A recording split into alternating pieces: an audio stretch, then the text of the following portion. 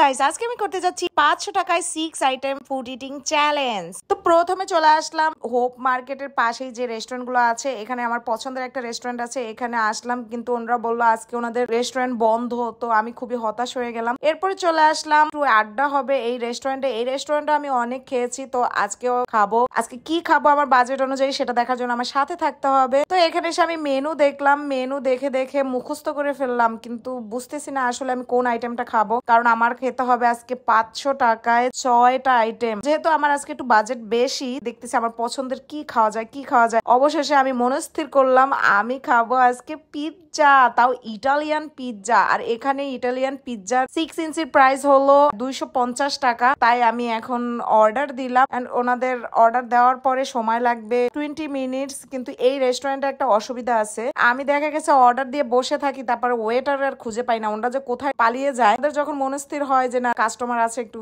দেখা করে আসি কিংবা কিছু লাগবে কিনা, তখন দেখা যায়, এছাড়া ওনাদেরকে ডেকেও পাওয়া যায় না। তো গাইস, রেডি হয়ে গেছে ইটালিয়ান পিৎজা। জানি না খেতে কেমন হবে। এই রেস্টুরেন্টে ইটালিয়ান পিৎজা এই প্রথম খাচ্ছি, তো খেয়ে দেখি। দেখতে তো ইয়ামি লাগতেছে। আপনারা সবাই জানেন আমি পিৎজা লাভার, পিৎজা যেমন তেমন হইলেই আমি খেতে পারি, সেই ক্ষেত্রে টেস্টি হলো তো কথাই নাই। গাইস, পিৎজাটা খেলাম, টোটালি আমি হতাশ হলাম। পিৎজাটা একটুও টেস্টি না, বানটা এত হার্ড ছিল, মানে খেতে আমার কষ্ট হচ্ছিল। নাকি ওরা আগে থেকে বানিয়ে রাখছিল, খেতে একদমই ভালো লাগে না। আমার 250 টাকা পুরোটাই পানিতে চলে গেল, টোটালি হতাশ হয়ে গেলাম। এখন এই হতাশা নিয়ে আমি এখন কোথায় যাব সেটাই ভাবতেছি। তারপর চলে আসলাম আরেকটা রেস্টুরেন্টে। এই রেস্টুরেন্টের নাম হলো হ্যালো পিৎজা, এটাও হোপের গলিতেই। এই রেস্টুরেন্টের একটা ডিসঅ্যাডভান্টেজ আছে, খারাপ দিক, সেটা হলো একদম স্পটিং লাইট একদম মাথার উপর পরে মাথাটা একদম অটোমেটিক গরম হয়ে যায়। যাই হোক, তারপরে আমি মেনু দেখলাম, মেনু দেখে দেখে আমার বাজেট অনুযায়ী খাবার খুঁজতেছি। শুধুমাত্র আমার বাজেট অনুযায়ী খুঁজতেছি না, যেহেতু আজকে আমার বাজেটটা একটু বেশি, যেটা আমার খেতে ভালো লাগে সেরকম কোনো খাবার। তো আমি মোটা হয়ে যাচ্ছি, তাই ভাবলাম এবার আর ভারী কিছু খাবো না, যেহেতু পিৎজা খেয়ে আসছি। এবার আমি খাবো হলো স্যুপ, তাও কর্ন স্যুপ। আর এখানে কর্ন স্যুপের প্রাইস হলো 150 টাকা। তো আমি অর্ডার দিলাম, অর্ডার দিয়ে ওয়েট করতেছি এই কর্ন স্যুপ বানাতে যে কত সময় লাগবে কে জানে। কি আর করবো, অপেক্ষা করি। তো গাইস, চলে এসেছে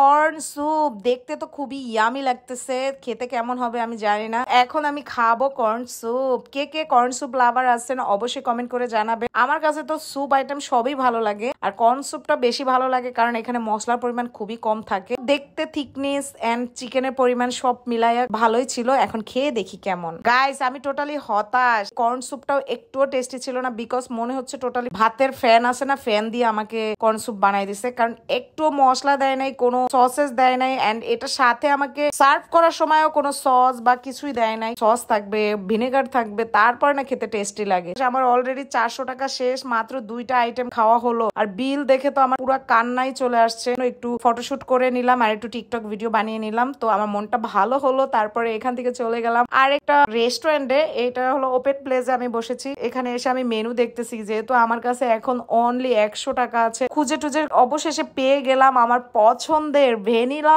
মিল্ক শেক। এই ভ্যানিলা মিল্ক শেকটা এখানে প্রাইস হলো অনলি 50 টাকা। ভ্যানিলা মিল্ক শেকটা অর্ডার করলাম, অর্ডার করে এখন ওয়েট করতেছি। জানি না আজকে খাবারগুলো কেন এত দেরি করে করে দিচ্ছে।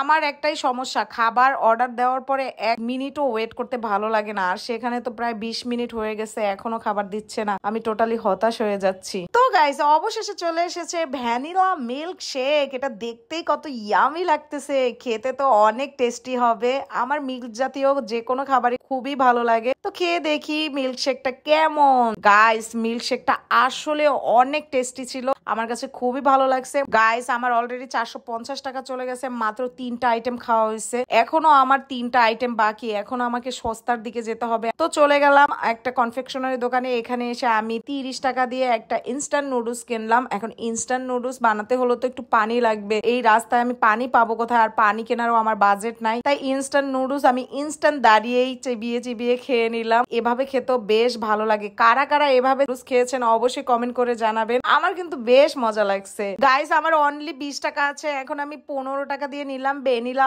আইসক্রিম।